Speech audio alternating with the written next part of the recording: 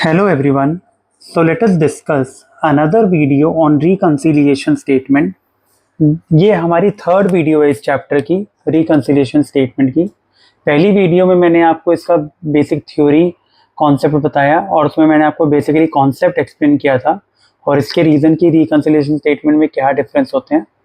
इस वीडियो से पहले आप सेकेंड वीडियो और फर्स्ट वीडियो जरूर देखना, बिकॉज ये वीडियो जो स्पेसिफिकली है ये हमने स्टॉक वैल्यूएशन पे बनाई है, क्योंकि स्टॉक वैल्यूएशन के जो कॉन्सेप्ट होते हैं वहाँ पर थोड़ा सा बच्चों को कन्फ्यूजन होती है। तो I will try to explain you in a very simple language. जैसे रिकंसिलिएशन स्टेटमेंट में मैंने आपको बताया था कि हम लोग जो मैचिंग करते हैं वो किसके बीच में मैचिंग करते हैं। We generally match between the entries of cost accounting figures and financial accounting figures. ठीक है, तो इनके बीच में क्या डिफरेंस आता है और क्यों आता है वो हम डिस्कस कर रहे हैं। तो उसमें एक कॉन्सेप्ट है that is related with stock. तो सी सबसे पहले आप ये चेक कीजिए, हाँ, चाहे हमारे पास स्टॉक की बेस कैटेगरीज होती हैं जैसे रॉ मटेरियल, ठीक है, WIP, वर्क इन प्रोग्रेस और फिनिश गुड्स। चाहे इन तीनों में से कोई भी हो, चाहे रॉ मटेरियल हो, चाहे WIP हो, चाहे फिनिश गुड्स हो, इनमें तीनों में इनका अपना ओपनिंग स्टॉक और क्लोजिंग स्टॉक होता है। जो ओपनिंग वैल्यू और क्लोजिंग वैल्यू होती है, तो हमें क्या याद रखनी है, चाहे वो रॉ मटेरियल हो, चाहे WIP हो, चाहे फिनिश गुड्स हो, तो हमें क्या याद रखना है कि जिसकी भी ओपनिंग स्टॉक की वैल्यू बड़ी होगी या ग्रेटर होगी फाइनेंशियल बुक्स या कॉस्ट अकाउंटिंग बुक में, अगर ओपनिंग स्टॉक जिसका भी हायर होगा तो उसका बेसिकली जो प्रॉफिट है वो क्या आ रहा होगा, लेस।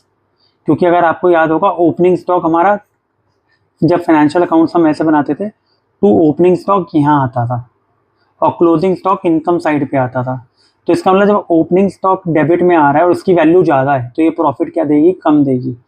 तो जो भी बुक्स हो, चाहे कॉस्ट अकाउंटिंग की बुक हो चाहे फाइनेंशियल अकाउंटिंग की बुक हो, जिसका ओपनिंग स्टॉक ज़्यादा होगा उसमें प्रॉफिट क्या होगा, उसमें कम होगा। सिमिलरली क्लोजिंग स्टॉक अगर जिसका ज़्यादा होगा, हायर होगा, उसका प्रॉफिट भी क्या होगा, ज़्यादा होगा।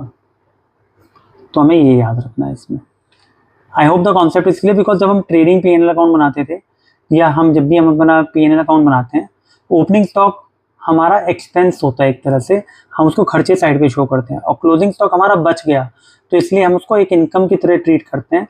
तो अगर क्लोजिंग स्टॉक जिसका हाई होगा उसका प्रॉफिट ज़्यादा आएगा और ओपनिंग स्टॉक जिसका हाई होगा उसका प्रॉफिट क्या आएगा, कम। तो इस तरीके इस कॉन्सेप्ट में हम मूव करेंगे। तो देखिए क्वेश्चन क्या कह रहा है, in the reconciliation between cost and financial accounts, one of the areas of differences is for different methods of stock valuation.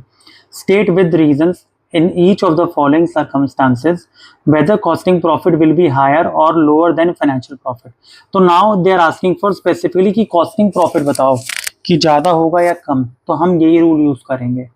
ठीक है, अब ये हमारे को आइटम्स ऑफ स्टॉक, ये स्टॉक की वैल्यूज, कॉस्ट अकाउंटिंग की वैल्यूज, ये फाइनेंशियल की वैल्यू दी हुई है।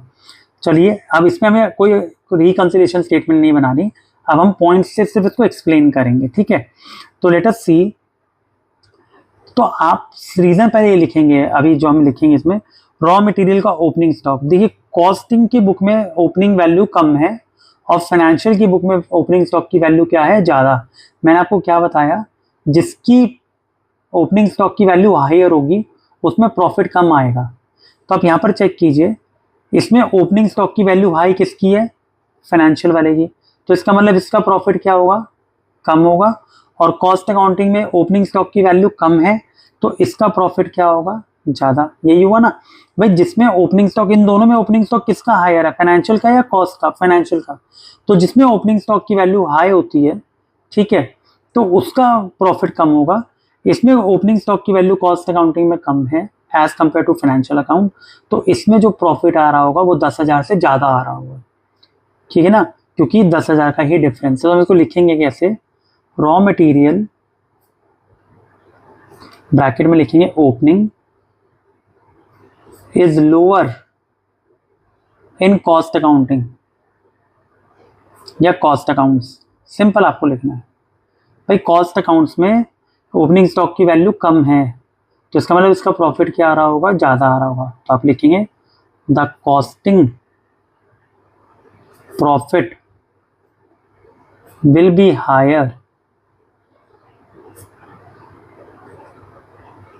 by 10,000 in cost books। दोबारा लिख दीजिए आप भाई, जिसका ओपनिंग स्टॉक की वैल्यू कम होगी उसमें प्रॉफिट ज़्यादा आएगा, इसमें ज़्यादा थी तो इसमें प्रॉफिट क्या आएगा, कम। एक्सप्लेनेशन एक ही है वो। सेकंड, WIP क्लोजिंग, तो मैंने बताया था जिसमें क्लोजिंग स्टॉक की वैल्यू ज़्यादा होगी। देखो इसमें क्लोजिंग स्टॉक की वैल्यू किसकी ज़्यादा है, कॉस्ट की ज़्यादा है या फाइनेंशियल की ज़्यादा है, कॉस्ट की ज़्यादा है। कितने से ज़्यादा है, 10,000 से ज़्यादा है। और वो हमसे फाइनेंशियल नहीं पूछा, वो बोल रहा आप इस टर्म्स में बताओ कॉस्टिंग में प्रॉफिट ज़्यादा होगा या कम। तो आप क्या लिखोगे, WIP closing is higher in cost accounts.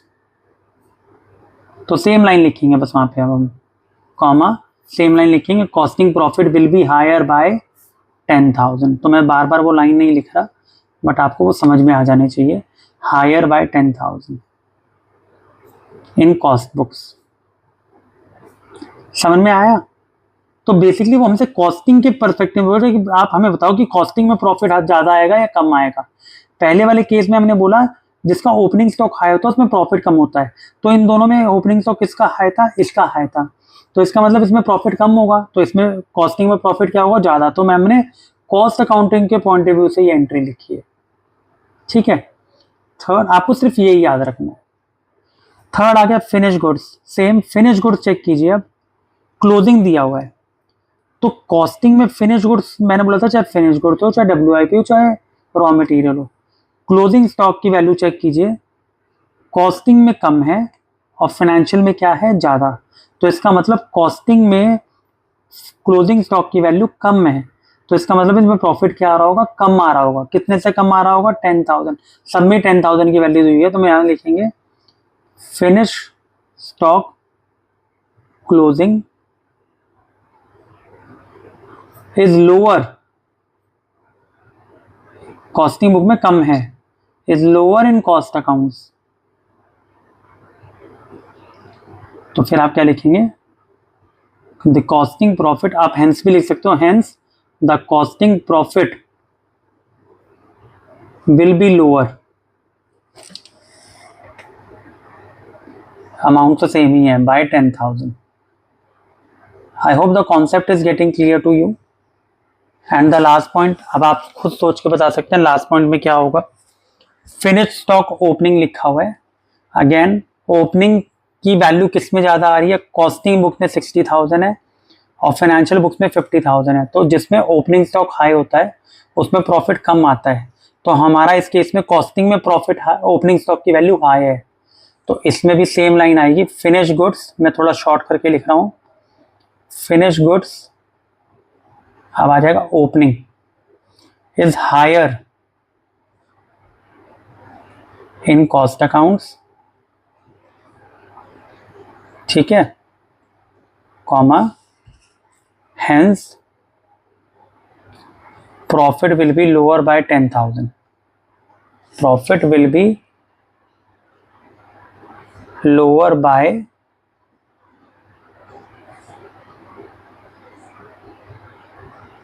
₹10,000 in costing books, आप ऐसे लिख सकते हो। तो कॉन्सेप्ट सिर्फ यही है। कॉन्सेप्ट क्या है, आपको चेक करना है कि कॉस्टिंग का प्रॉफिट हाई है या लो है, और वो हम कैसे चेक करेंगे, विद द हेल्प ऑफ, हम चेक करेंगे कि हायर वैल्यू, अगर ओपनिंग स्टॉक की हायर वैल्यू जिसकी होगी उसमें प्रॉफिट कम आएगा, और क्लोजिंग स्टॉक में जिसकी वैल्यू हाई होगी उसका प्रॉफिट ज़्यादा आएगा। फिर हम यहाँ से कंपेयर करेंगे। ठीक है, तो ये हमारा कॉन्सेप्ट था बेसिकली स्टॉक का। अब मैं इस पर आपको एक और क्वेश्चन करवाता हूँ जो हमारा वीडियो 2 से भी मैच करेगा, क्योंकि ये तो मैंने आपको ट्रीटमेंट समझाया। अब ये जब क्वेश्चन में आएगा तो हमें कैसे करना है, सो लेट अस सी। आप इसको पॉज करके कॉपी कर लीजिए।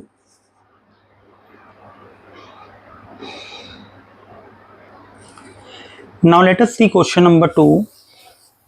अगेन ये फॉर्मेट मैंने आपको वीडियो 2 में बताया था, reconciliation statement, particulars, plus and minus amount, from the following figures prepare reconciliation statement. और मैंने आपको बताया था हम हमेशा स्टार्ट कैसे करते हैं, profit as per cost records, cost records का प्रॉफिट हमें गिवन है कितना, 5000। ठीक है, और हमें किसका निकालना है, फाइनेंशियल अकाउंटिंग का प्रॉफिट निकालना है। तो मैंने आपको पहले भी समझाया था वीडियो 2 में, आप प्लीज़ इस क्वेश्चन के लिए वीडियो 2 जरूर देखना। तो अब हम क्या करेंगे, अगर फाइनेंशियल अकाउंटिंग में प्लस हुआ होगा तो हम अपनी कॉस्टिंग बुक्स में भी प्लस करेंगे, और अगर फाइनेंशियल बुक्स में माइनस हुई होगी कोई चीज़ तो हम यहाँ पर भी माइनस करेंगे। तो इसका मतलब क्या है, हम कॉस्ट अकाउंटिंग की रिकॉर्ड्स को या बुक्स को किससे मैच कर रहे हैं, फाइनेंशियल बुक्स से मैच कर रहे हैं। ये मैं उनके लिए बता रहा हूँ जो अभी डायरेक्टली इस वीडियो पे आए हैं, बट इसका वीडियो 2 आप जरूर देखना। ठीक है, अगर फाइनेंशियल बुक्स में कोई चीज़ प्लस हुई होगी तो हम यहाँ पर भी प्लस करेंगे, फाइनेंशियल बुक्स में कोई चीज़ माइनस हुई होगी तो हम यहाँ पर भी माइनस करेंगे, बिकॉज हमें कॉस्टिंग की फिगर से किसकी वैल्यू निकालनी है, फाइनेंशियल अकाउंटिंग की वैल्यू निकालनी है।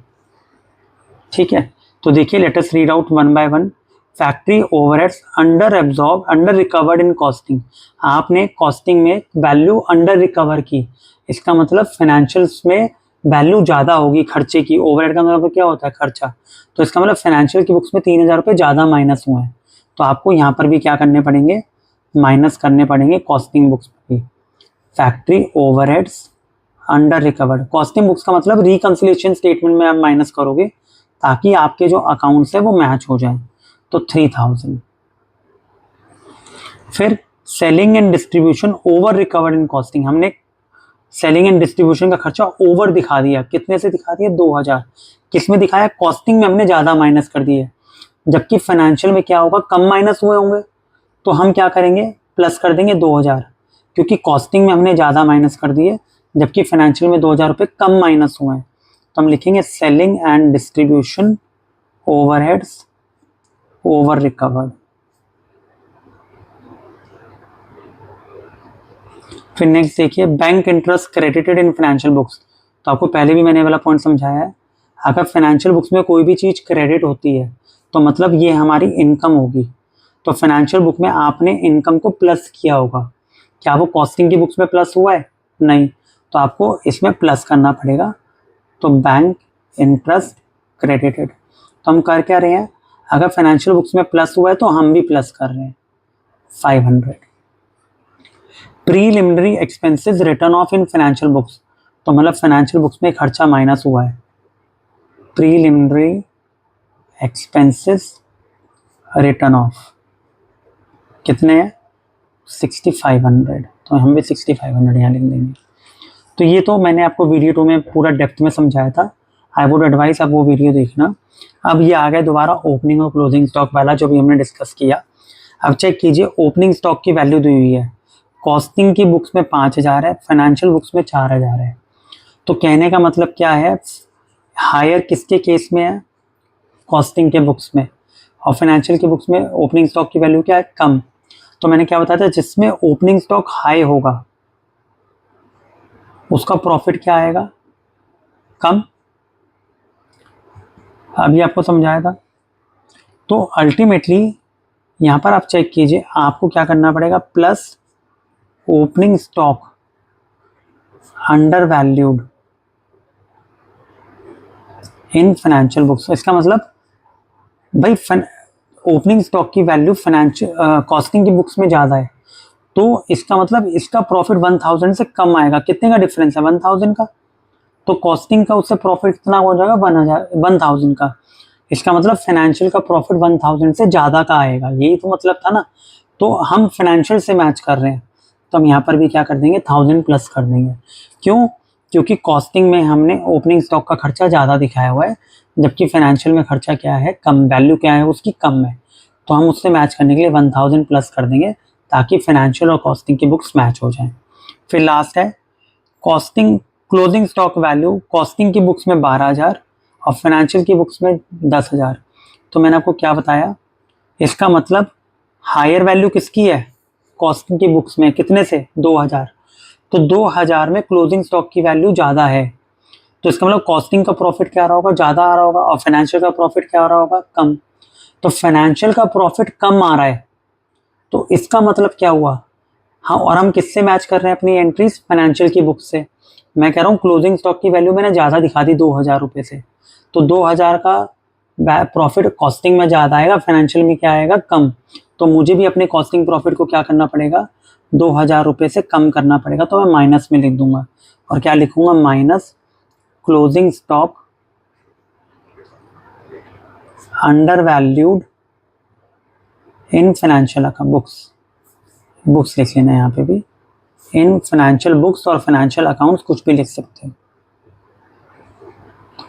तो ये ₹2000 मैंने यहाँ लिख दिया। तो कहने का मतलब मेरा क्या है, आपको क्लियर होना चाहिए कि कौन सी चीज़ प्रॉफिट पे कैसे इफेक्ट करती है, हम वो मैच कर रहे हैं। फाइनेंशियल में उसका इफेक्ट क्या होगा, हम उसके हिसाब से अपनी एंट्रीज कर रहे हैं। अगर आपको एक बार में नहीं समझ में आता है क्वेश्चन, आप एक बार दोबारा वॉच करेंगे तो आपको और अच्छे से पॉइंट्स क्लियर होंगे। अब आप यहाँ का टोटल करेंगे तो ये आएगा 8500 प्लस साइड का, और इसका टोटल करेंगे तो आपको आएगा 11500। तो माइनस में वैल्यू ज़्यादा आ रही है, तो हम यहाँ पर क्या लिखेंगे, इसका मतलब हमारा लॉस हो रहा होगा। कितने का लॉस हो रहा है? ₹3000 का। तो मैं यहाँ लिख दूंगा 3000 माइनस साइड पे, क्योंकि 3000 माइनस की साइड आ रही है। और क्या लिखूंगा? Loss as per financial books या फाइनेंशियल रिकॉर्ड्स या फाइनेंशियल अकाउंट्स, कुछ भी लिख सकते हो आप। तो इसका मतलब हमारा कॉस्टिंग की बुक्स में जो लॉस था वो कितने का था? 5000 का। और फाइनेंशियल की बुक्स में लॉस कितना है? 3000 रुपीज़ का। ठीक है, तो एंट्री सिर्फ वही रहेगी कि फाइनेंशियल में वो चीज़ प्लस हो रही है या माइनस हो रही है, उसके हिसाब से हम हमेशा एंट्री अपनी कॉस्टिंग के प्रॉफिट से हम किसको मैच करते हैं? फाइनेंशियल के। तो प्लीज़ आप ये याद रखना। तो जैसे जैसे फाइनेंस में प्लस हुआ होगा हम यहाँ प्लस करेंगे, फाइनेंस में कोई चीज़ माइनस हुई होगी तो हम यहाँ पे भी माइनस करेंगे। ओपनिंग और क्लोजिंग स्टॉक में हम ये चेक करेंगे कि किसका जो वैल्यू है वो प्रॉफिट को कैसे अफेक्ट कर रहा है, उसके हिसाब से हम प्लस माइनस करेंगे। आई hope the concept of this stock valuation is clear in case of reconciliation statement. So please like and subscribe the video and share with your friends. In the next video we'll be discussing a comprehensive question जिसमें हम अपनी reconciliation statement भी बनाएंगे और cost sheet भी बनाएंगे. Thank you so much.